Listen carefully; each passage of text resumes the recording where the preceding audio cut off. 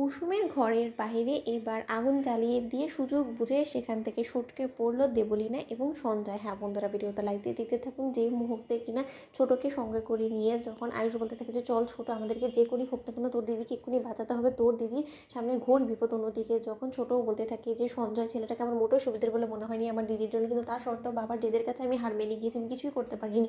অন্যদিকে আয়ুষ বলতে থাকে যে যা হওয়ার হয়ে গিয়েছে, আমাদেরকে যে করে হোক না কেন কুসুমকে বিপদের হাত থেকে রক্ষা করতেই হবে। অন্যদিকে যখন আয়ুষ বারবার করে কুসুমকে ফোন করতে থাকে, অন্যদিকে কুসুম যখন ফোনটা অবশেষে আয়ুষে রিসিভ করতে পারে এবং আয়ুষ বলতে থাকে যে হ্যালো কুসুম, কুসুম তুমি কেমন আছো, কোথায় আছো তুমি, আমাকে সেটা বলো। ঠিক সেই মুহূর্তেই যখন কুসুম বলতে থাকে যে আমি এখানে কুলদেবীর মন্দিরে এসেছি এবং সেখানে এসে আমি আটকা পড়ে গিয়েছি, আমাকে রীতিমতো সঞ্জয় আটকে রেখেছে এবং আমি কোনো মতে বাইরে বেরোতে পারছি না এবং আমার মোটেও সুবিধার বলে মনে হচ্ছে না।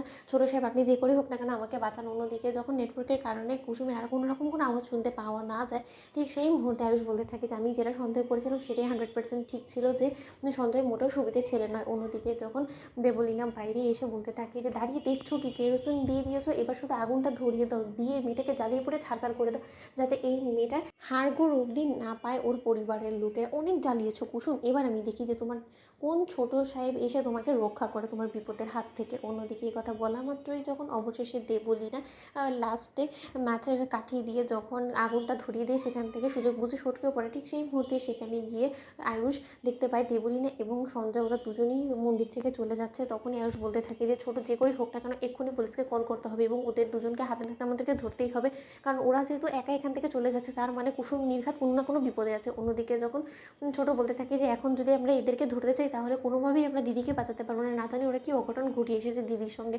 অন্যদিকে যখন কুসুমের ঘরের ভেতরে চারপাশে ধোঁয়া দিয়ে ভরে যায়, ঠিক সেই মুহূর্তে কুসুম বলতে থাকে যে কী ব্যাপার, কী হলো, হঠাৎ করে এতটা ধোঁয়া কোথা থেকে আসছে। অন্যদিকে কুসুমের যখন দম বন্ধ হয়ে অস্বস্তি হতে থাকে, ঠিক সেই মুহূর্তে কুসুম আগুন দেখতে পেয়ে চিৎকার চেঁচামেচি করা সত্ত্বেও অথচ কোনোভাবে কোনো কুসুম ঘর থেকে না বেরোতে পেরে যখন কুসুম শেষমেশ হার মেনে নেয় এবং বলতে থাকে যে ঈশ্বর, আমার হয়তো বা আর কোনোদিনও দেবী মায়ের সেবা করাটা হবে না এবং আমার স্বপ্নটা অসম্পূর্ণই হয়তো বা থেকে যাবে, আমি আর এখান থেকে হয়তো বা বেঁচে ফিরতে পারবো না। বাবা তুমি পারলে তোমার মেয়েকে ভুলে যেও, তোমার মেয়ের মৃত্যুর জন্য তুমি কোনোভাবেই নিজেকে দায়ী করো না। আমি খুব ভালো করেই জানি যে তুমি হয়তো বা সঞ্জয়কে বিশ্বাস করেছিলে এবং এর জন্য ওর হাতে তুমি আমাকে পাত্রস্থর করতে চেয়েছিলে, কিন্তু সেই ছেলেটা যে আমার জন্য এতটা ভুল প্রমাণ হবে সেটা হয়তো বা তুমি নিজেও জানো না বাবা।